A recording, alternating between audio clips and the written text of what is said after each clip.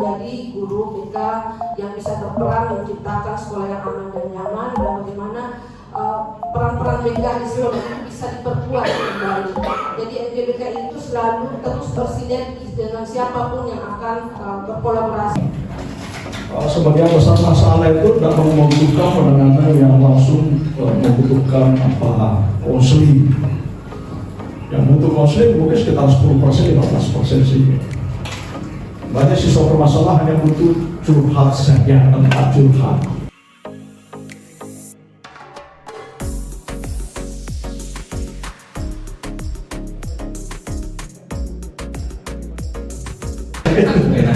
Padahal anak-anak kita semuanya curhat. Di rumahnya itu tadi pusing-pusing dengan apa, tapi mau kunjungan ke guru BK juga mau curhat. Iya kan? Itu sebetulnya nama konseling sebaya itu suatu potensial karena berbagai penelitian menunjukkan teman sebaya itu punya pertama dulu, kalau anak punya masalah, orang pertama yang dihubungi itu kan temannya. Ya, persoalan temannya mau ada tahu atau tidak, tapi dia pasti temannya dulu. Ya.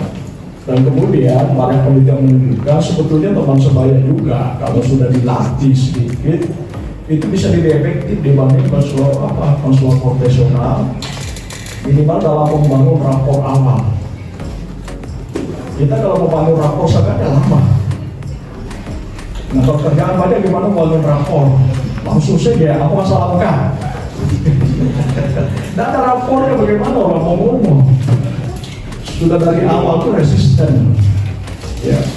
Padahal untuk lapor kadang-kadang kita butuh pertama-tama hanya khusus membangun kepercayaan diri, hubungan, menyamakan irama, ya, menyamakan gelombang yang sama, dan itu butuh waktu, ya, butuh waktu.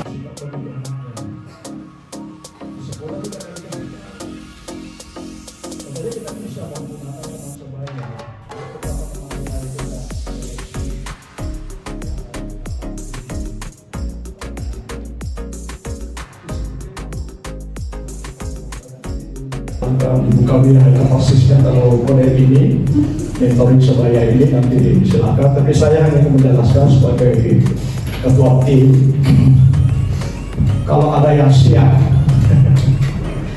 atau NJBK mau khusus mendalami nanti kita boleh, ya kalau mau offline boleh juga online, tapi ini perlu bertahap.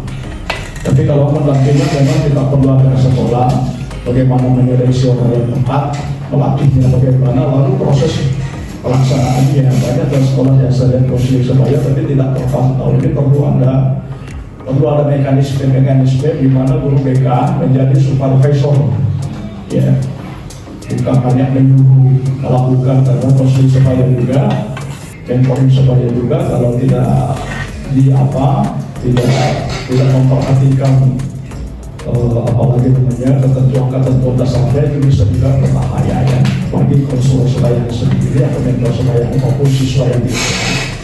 Nah, itu saya yang pengantar, ya. Silakan Ibu Kaulia menjelaskan khusus terkait kesatuan berbicara.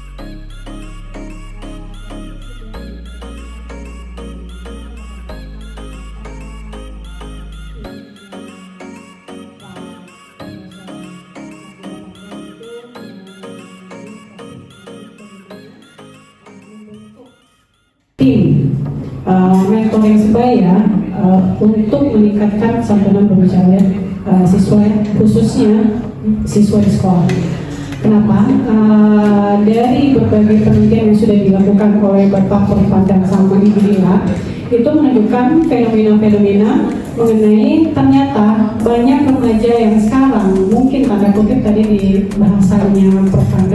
di rumah tidak terlalu diajarkan bagaimana sebenarnya cara berbicara yang santun dengan orang lain, khususnya kepada teman sebaya. Karena fenomena remaja sekarang, mereka itu memahami bahwa kita harus santun hanya kepada orang yang lebih tua, bukan kepada teman sebayanya.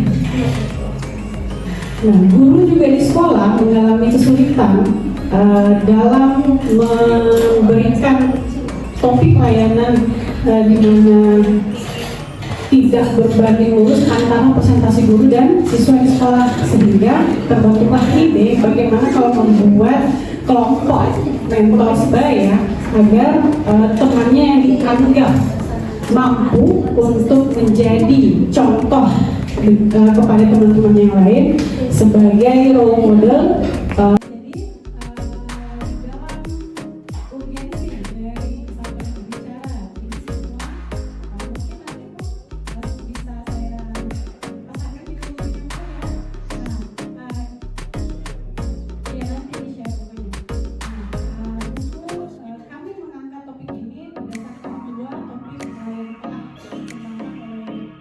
MTNK Kota Makassar.